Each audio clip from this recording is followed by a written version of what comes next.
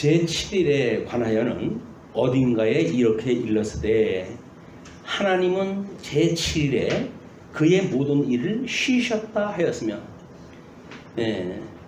7일에 그 모든 일을 쉬셨다고 하는 것이 창세기 어디쯤 나오는지는 알겠는데 절을 댈 수가 없잖아요. 그땐 절이라고 하는 개념이 없으니까.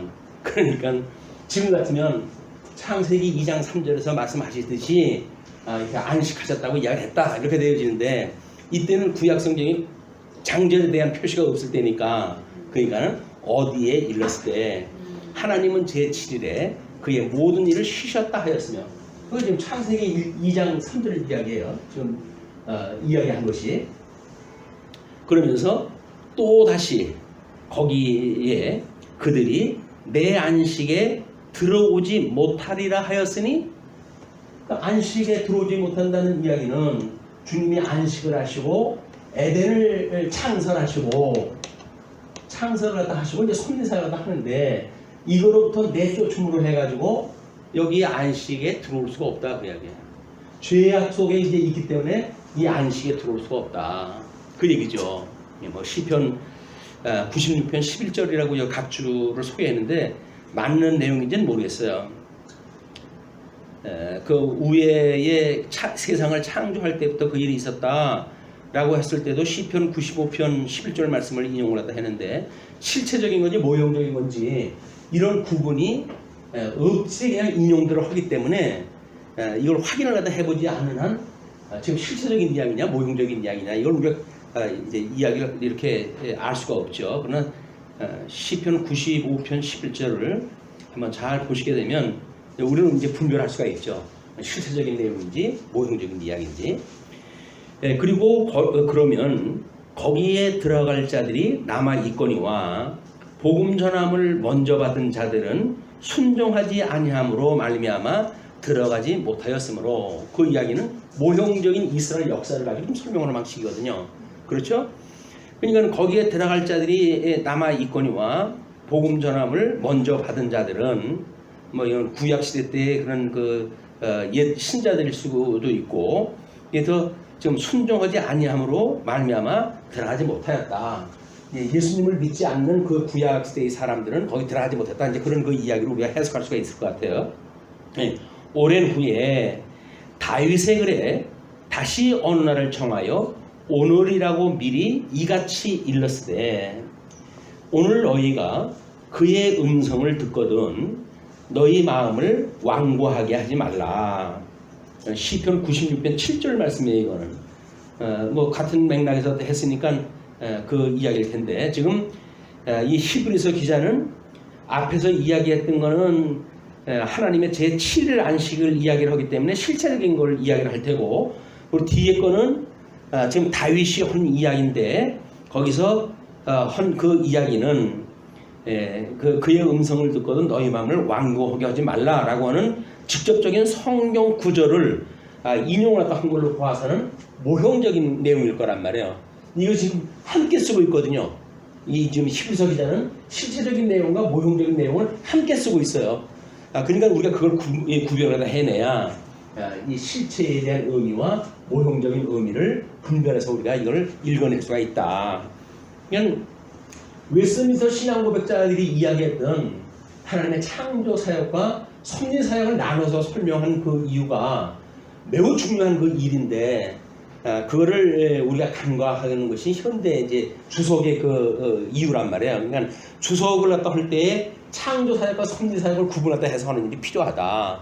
이 칼빈도 칼빈의 5대 교리를 이야기했을 때 전적 타락으로부터 시작이 되어지거든요. 전적 타락이라고 하는 그 이야기는 에덴 동산에서 내쫓기는 데로부터 시작이 되어지는 거예요. 이제 시험을 받아가지고 타락하는 문제로부터.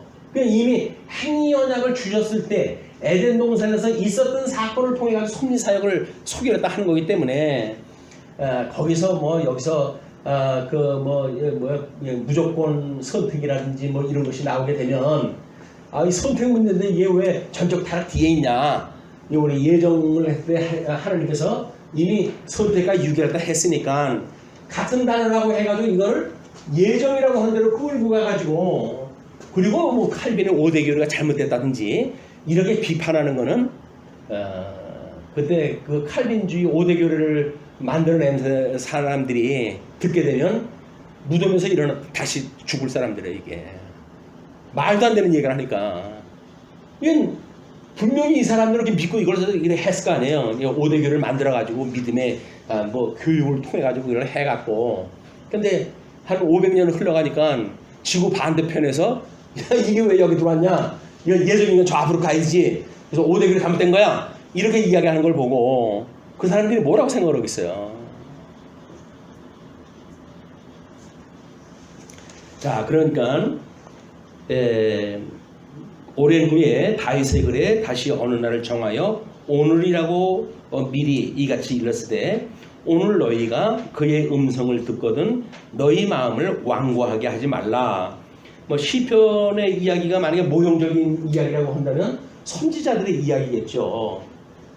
실제적인 이야기라고 한다면 이게 그 모형적으로 예표적으로 보여주던 예수님이 오셔가지고 예수님이 하시는 말씀이 들릴 때 너희를 완고하게 하지 말라고 하는 이야기로 확대 해석을 할 수밖에 없는 거예요. 그게 만일 여호수아 이야기 나오는 거니까 이게 지금 이스라엘이 선민국가를 통해 가지고 약속했던 가나안 땅에 들어가서 안식을 누리는 걸 이야기를 하는 거예요. 그래서 만일 여호수아가 그들에게 안식을 주었더라면 그 후에 다른 날을 말씀하지 아니하셨으리라.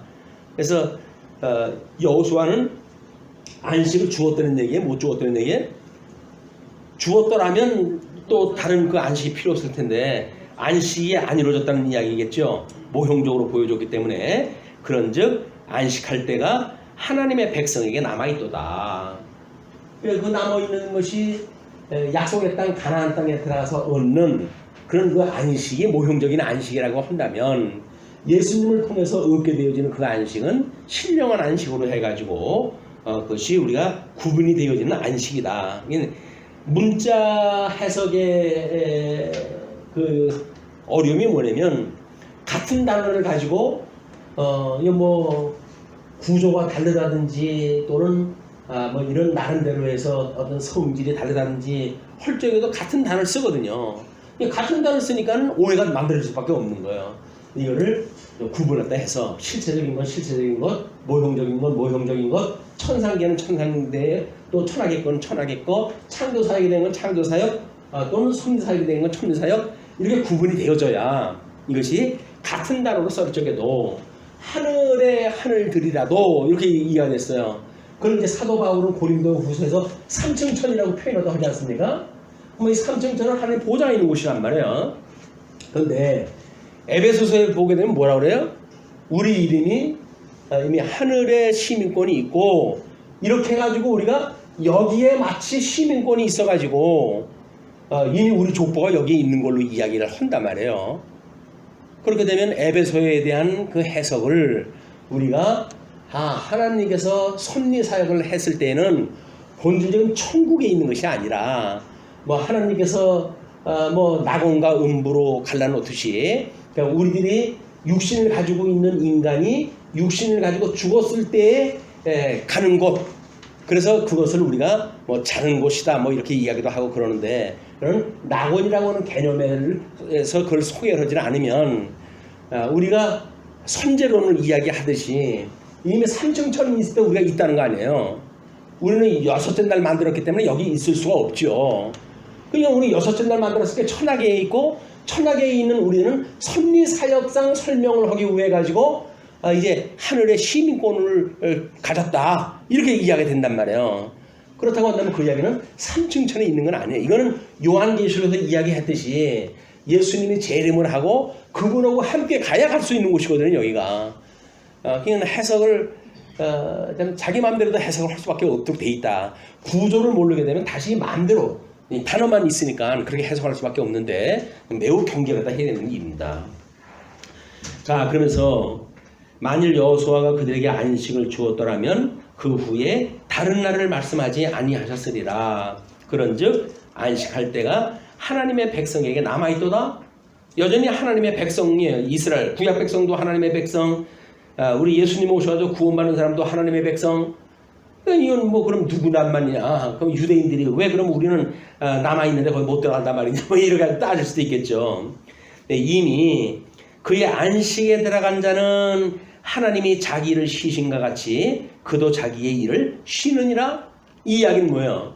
주 안에서 죽은 자들은 이미 안식을 누리고 있는 거 아니에요? 이제 심령의 안식을 누리고 있죠. 그 사람들이 있는 데는 어디에 우리가 그거를 낙원이라고 이야기를 한단 말이에요. 그걸 뭐 상태 개념이다 뭐다 이렇게 설명을 하고 그러는데 그냥 낙원이라고 하는 이름에다 넣고 음부도 마찬가지죠. 이 음부와 지옥을 나누어가지고 설명하다 하고 천국도 마찬가지로 천국과 낙원을 나눠가지고 설명하다 해요. 왜냐면 이 천국과 지옥이라고 하는 거는 창조 사역으로 했을 때 만들었던 것이거든요. 이게 성리 사역상 필요한 거는 지금 낙원과 음부에 대한 이야기예요. 그래서 육신을 가지고 있는 사람이 죽게 되어지게 되면 낙원에 이르지만 예수님이 부활하셨을 때 우리가 신령한 몸을 입고 우리가 예수님과 같은 몸으로 부활이 된다고 한다면 비로소 하나님 나라에 살게 되어지는 개념이기 때문에 이런 몸을 가지고 있는 인간의 신앙생활과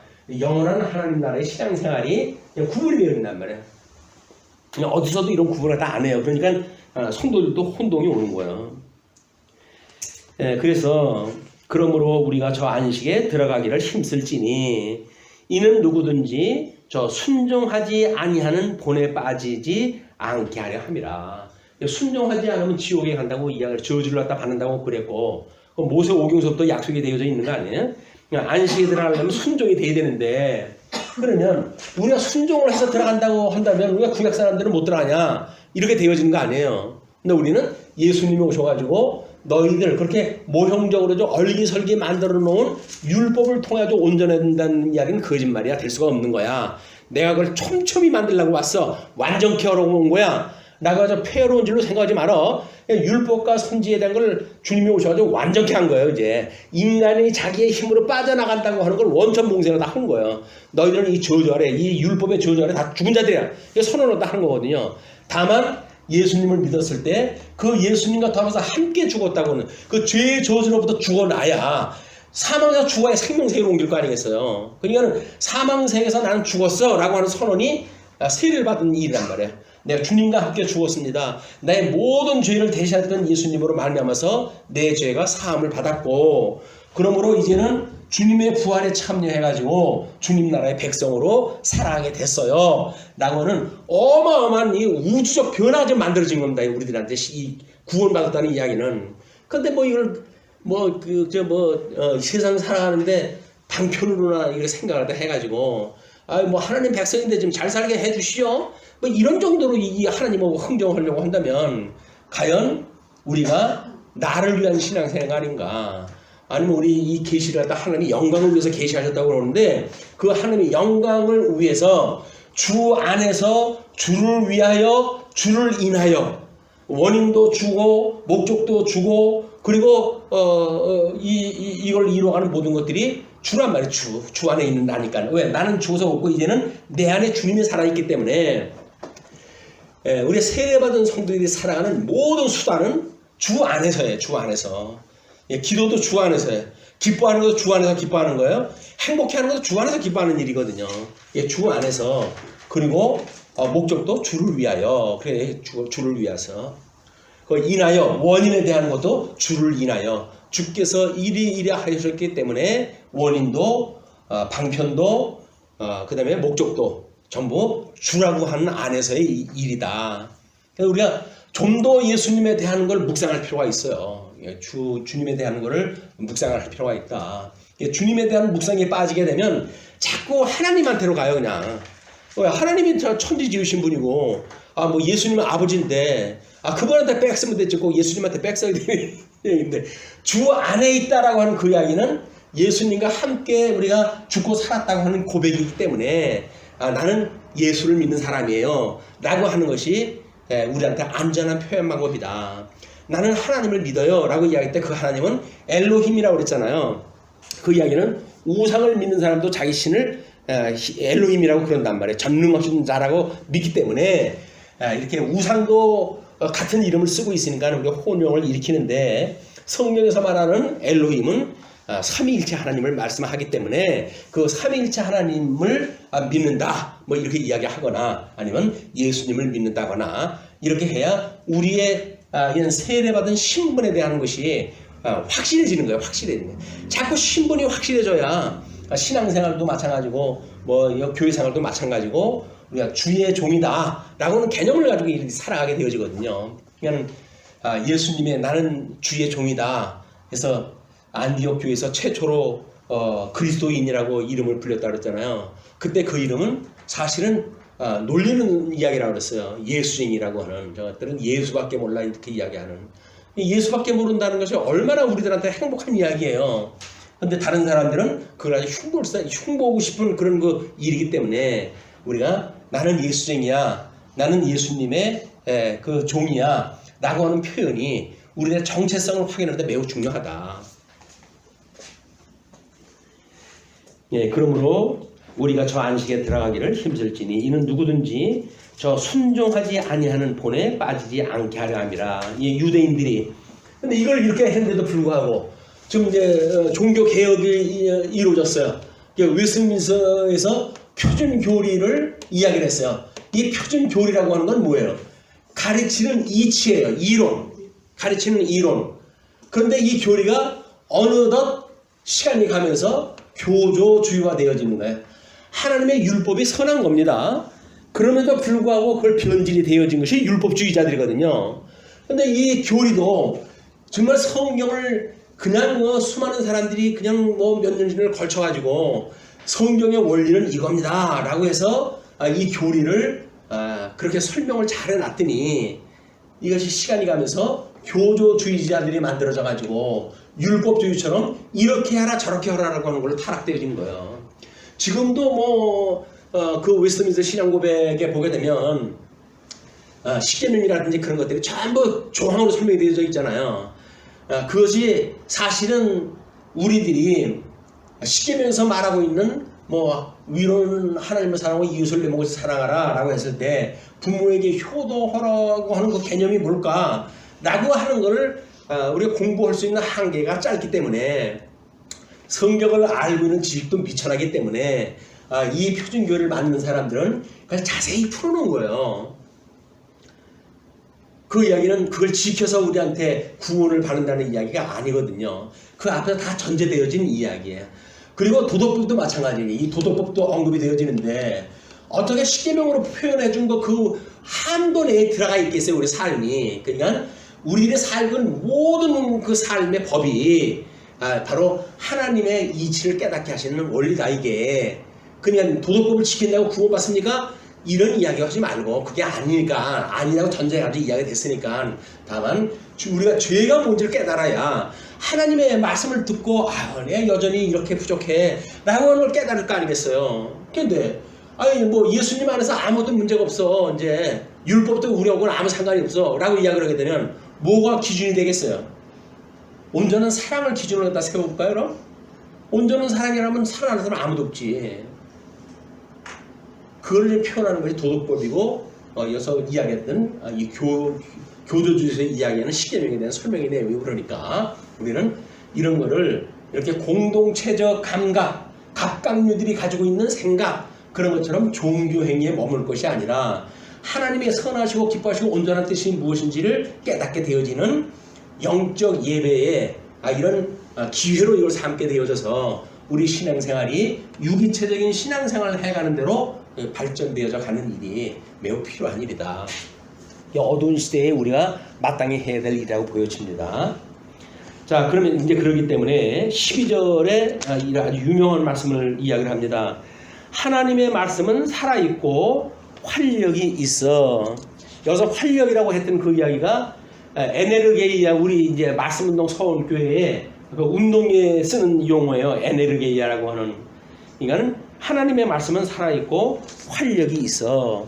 좌우의 어떤 검보다도 예리하여 홍과 영과 및 관절과 골수를 찔러 쪼개기까지 하며 우리의 이 5장 6부 하나님가 만들어 놓은 흑독으로 만들어 놓은 죄 아래서 육체의 소욕을 가지고 살 수밖에 없는 이런 그 우리들에게는 어떤 것 하나 드러나지 않는 게 없단 말이야.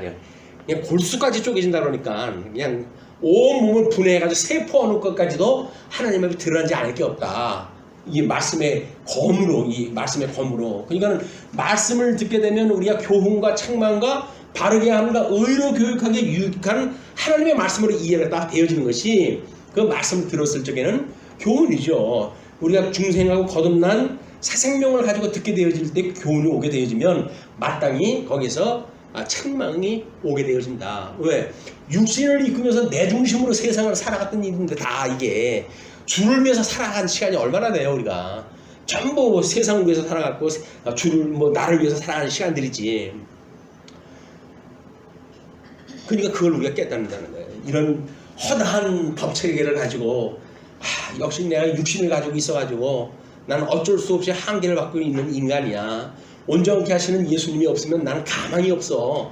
이렇게 아주 온전케 하시는 예수 그대로 바라보고 끊임없이 다른 박자를 칠 수 있게끔 하나님께서 아주 안전장치를 다 해주신 거예요, 우리들한테. 육신을 입고 살아가는 동안. 근데 그렇게 해야 된다고 하니까 내가 그걸 어떻게 하냐. 이렇게 해가지고 그게 율법이지. 그래가지고 원천적으로 그거 다 필요 없어. 이렇게 해버리게 되면 하나님은 도구로 해야도 깨달으라고 준 건데 십계명 서문이 뭘로 시작이 되어져요? 내가 너희들 열조와의 언약한 걸 기억을 하고 애굽의 종노릇한 너희를 불러낸 여호와야. 그걸 알기 위해서 내가 10가지 조항을 준다 라고 이야기하는 거 아니에요. 그러니까 십계명의 서문의 거의 목적인 거예요. 나머지 거는 깨닫게 해줄 시간이니까요. 교조도 마찬가지죠. 이 교리는 너희들 이런 교리가 얼마나 심오한지를 우리들이 연구하고 해보니까 이런 거였어 라고 해가지고 줬으니까 거기서 하나님의 은혜를 깨닫도록 돼야 되는데 그렇지 아니하고 교조주의가 발생을 해가지고 가르치는 자들이 이렇게 이야기를 하죠. 목사님 이런 분들이 해가지고 이렇게 사십시오 저렇게 사십시오. 근데 그것이 교조주의다. 교조주의. 살라고 해서 살면 그 먹고 쉬운 게 어디 있겠어요. 나도 내 마음대로 안 되는데 다른 사람 보고 뭘 이래라 저러니까 나도 내가 안 돼가지고 하나님 앞에 매일 매달려야 되고 그러는데 근데 그런 걸 놓치게 되면 우리는 교조주의에 올라갈 수밖에 없는 거예요.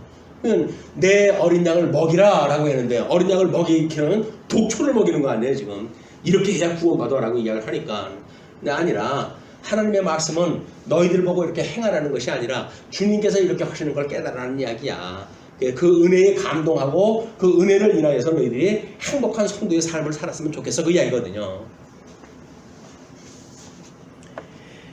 그렇게 해서 골수까지 쪼개기까지 하며 또 마음의 생각과 뜻을 판단하나니 마음의 생각 마음이라고 하는 것이 뭐가 들었대요? 그랬어요? 마음이라고 하는 정의를 사전적으로 마음은 생각과 기억과 그 다음에 감정이 깃들여져 있는 것 또는 드러나는 것 이것을 마음이라고 사전적인 정의 사전적인 정의. 그러니까 마음에 지금 여기서 이야기했을 때 마음의 생각과 뜻이라고 하는 그 이야기는 생각이라고 하는 이 얘기가 이것이 우리들의 이 중심부의 의지에 대한 이야기예요. 이걸 알게 되면 이 기억이라고 하는 지식세계 그 다음에 감정이라고 하는 감정세계 그래서 우리의 마음은 지정의라고 하는 세 가지 요소로 되어져 있는 것이 우리의 마음이다. 우리가 생각이 이게 순수한 우리나라 말에 우리나라밖에는 안 써요. 생각이라는 이야기를. 생각과 뜻을 판단하나니 지으신 것이 하나도 그 앞에 나타나지 않음이 없고 우리의 결산을 받으실 이의 눈앞에 만물이 벌거벗은 것 같이 드러나느니라. 심판을 갖다 할 때 뭘 가려가지고 여기서 지프로 만든 껍데기 뒤집어 쓰고 그리고 나는 칭함을 받았어요 라는 게 아무 필요가 없다는 거예요. 오직 하나님의 의의 옷을 우리가 하나님 앞에 입고 갔을 때 하나님께서 우리를 칭찬할 때 해주시고 받는다. 그게 이기는 자의 이야기예요. 이기는 자. 끊임없이 이기는 자라고 하는 그 이야기는 하나님의 의를 인하여서 이기는 자. 그러므로 이제 14절로부터 16절까지 대제사장 직임을 이루신 예수 그리스도를 이야기를 해요. 그러므로 우리에게 큰 대제사장이 계시니 승천하시니 곧 하나님의 아들 예수시라. 우리가 믿는 도리를 굳게 잡을지어다. 굳게 잡으려. 예수님이 제사의 3직을 수행을 한다 그랬어요. 제사의 3직은 제물, 그다음에 제단, 그다음에 제사장. 이 세 가지 요소가 제사의 3요소예요. 제사의 3요소인데 3직 중에 제사직을 이루시는 예수님께서 제사의 3대 요소인 이거를 6월절 어린 양으로 돌아가시고, 그리고 성전으로 부활하시고, 그리고 제사장으로 승천을 딱 하셔가지고 신령한 제사를 온전히 이루신 거예요. 이게 예수님이 이루신 것이. 그러니까 예수님이 이루셨다고 하는 그 대제사장이 우리한테 있다. 큰 대제사장이 계시니 모형적으로 보여줬고 예표적으로 보여줬는데 그런 거를 이루시는 큰 대제사장이 계시니 그분은 큰 대제사장이기 때문에 대제사장은 뭐가 필요할까요? 하나님의 임명이 필요해요. 그렇죠? 하나님이 임명을 갖다 혼자 임명권자에 의해서. 그리고 중보를 갖다 해야 돼요. 죄인과 하나님 앞에 중보를 갖다 해야 되는 일이거든요. 그렇기 때문에 하나님께로부터 보내심을 받은 예수 그리스도의 말로 참 여기서 이야기하는 제사장이시다. 그래서 그 하나님의 아들 예수시라. 우리가 믿는 도리를 굳게 잡을지어다. 그 도리를 굳게 잡을지어다. 믿는 도리예요. 믿는 도리. 믿는 도리가 지금 아까 이야기했던 믿음이라고 하는 이런 전반적인 걸 봤을 때 우리가 외형적인 믿음을 중시하고 있는가, 아니면 내면적 믿음을 중시하고 있는가, 이런 것이 검토가 필요한 그 일이기도 한 거예요. 그래서 우리에게 있는 대제사장은 우리의 연약함을 동정하지 못하실 이가 아니요 모든 일에 우리와 똑같이 시험을 받으신 이로되. 이는 인성을 입고 이 땅에 오셔가지고 우리의 모든 것들을 채울하신 분이란 말이에요. 그렇기 때문에 중보자의 자격이 없을 수가 없는 거야. 예수 그때 인성을 부정하는 사람들은 대제사장직에 이런 거를 무시하는 사람들입니다.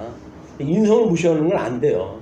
그리고 거기다가 예수님이 우리 죄까지 뒤집어 썼기 때문에 제일 큰 죄인이라고 이런 표현을 또 하는 거는 하나님의 이름을 망령되이 여기는 거랑 똑같은 거야. 아까 하나님 나한테 까보면 죽어라고 하는 거랑 똑같은 표현입니다. 예수님은 죄인이다 라고 이야기하는 거는 왜? 성경이 죄가 없다 그러거든요. 그렇게 시험을 받으신 이로되 죄는 없으시니라. 자, 그러므로 우리는 긍휼하심을 받고 때를 따라 돕는 은혜를 얻기 위하여, 때를 따라 돕는 은혜를 얻기 위하여 은혜의 보좌 앞에 담대히 나갈 것이니라.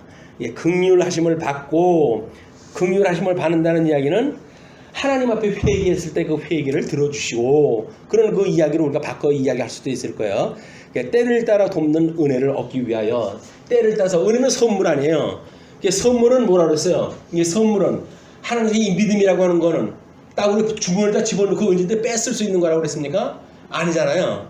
그때 주시는 거예요. 이게 그때 이게 살아있는 믿음이란 말이에요. 살아있는 믿음은 하나님 그때 그냥 주셔야 돼요.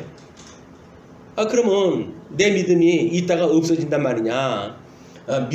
믿음이라고 하는 것이 어떤 실체가 있는 건가요? 이게 이렇게 눈으로 보이는 실체가 있는 건가요?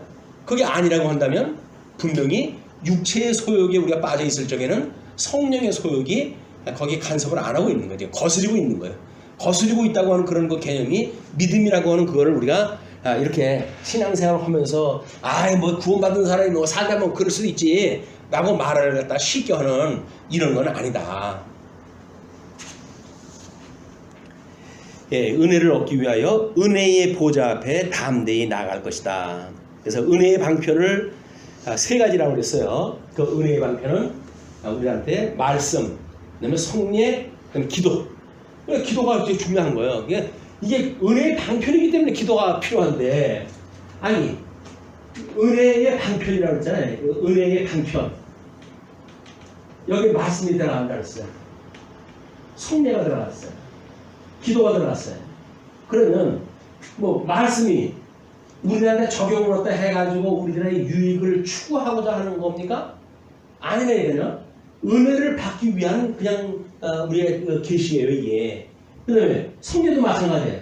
성례를 갖다 하는데 어떤 규격되어진 걸로 안 된다고 해가지고 우리가 성례가 안 이루어지는 걸까요? 또는 타락하고 예수님 죽은 것이 별로 우습게 여기는 사람이 세례받는 일이 온당한 세례일까요? 우리 성찬식을 할 때 아니잖아요. 그러니까 성찬식을 할 적에는 죄가 있는 분은 성찬에 참여하지 않으시는 게 좋습니다라고 경계하는 것이 그런 거거든요. 실제적으로 이게 믿어져야 예수님이 죽으시는 걸 기념을 하는데 그동안 살은 거 살아오면서 내가 얼마나 그런 같은 데를 가서 졌든가 그리고 그걸 하나님 앞에 얼마나 회개했든가 라고 살아있는 양심을 가지고 우리가 참여를 해야 되는데 그게 아니고 그냥 아이 카스테라 돌리는데 어때 해 라고 이야기를 함부로 해가지고 이 성례는 온전한 성례가 아닌 거예요. 그리고 기도도 마찬가지죠. 기도가 은혜의 반편이에요. 우리 하나님 앞에 은혜를 받기 위해서는 기도가 필요한 거예요. 그냥 아까도 이야기를 했지만 우리가 회개했던 내용과 강구했던 내용이 과연 다른 것인가?